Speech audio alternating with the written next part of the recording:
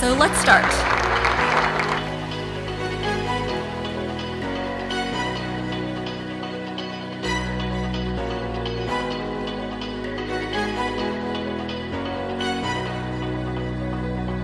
The number one thing we looked at was building a bridge between financial institutions and these new fintech startups. These are not easy questions to answer, and the reason they are not easy to answer is because of competition. But what I will encourage Hong Kong to do is to perhaps look at more experimentation, to reorient yourselves and your grant schemes towards acceptance of failure, that failure is an acceptable outcome. We have a question from the organizer, and we want to ask the former financial secretary, Mr. Zhang Zhang, to come up on stage to ask the question. Hi, John Zhang, private citizen.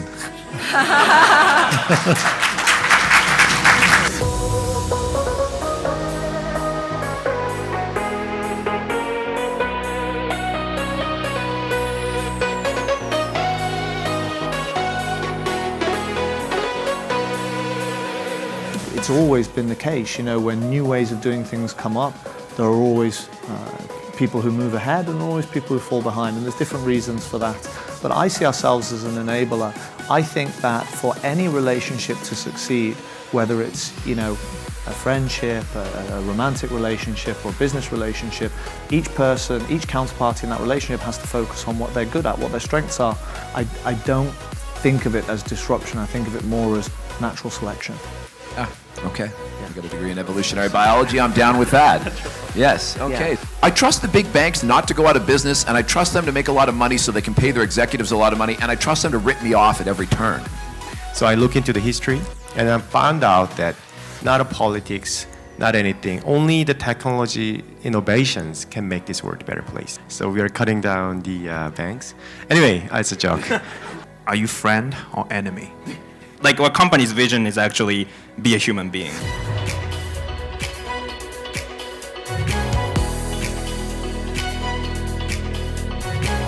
Constraint is a great thing.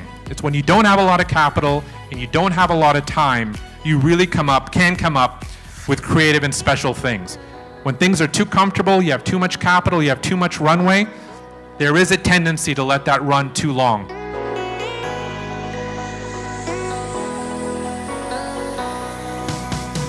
But I wanted to be honest and really talk about my experience, because I think it's not often that perhaps an entrepreneur can compare those two places together in an open way. So thank you for listening, and thank you for this being a platform for me to do that. Thank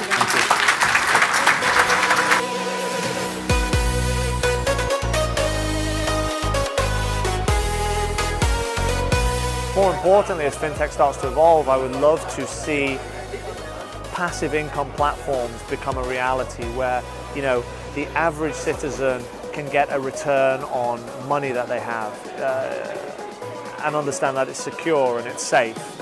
A kind of basic income, if you will. I think that would be a really interesting evolution.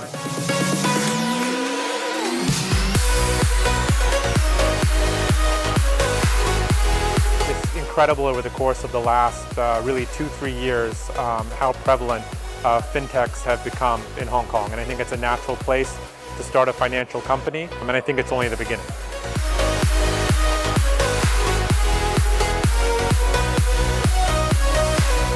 Hong Kong has many attributes that can make it a leading fintech center. One of them is actually to be a landing hub for a lot of global fintech startups and regtech startups from around the world. I really believe fintech is really one of the best and most amazing things that happened in the financial services industry over the last coming years.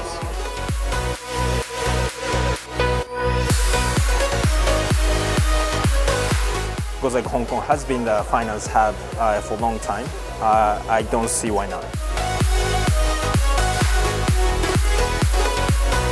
We learn, we think, action. 考え直して、学び直して、実際に行動してください。Gsorving, gmdadzing, yevgeneng.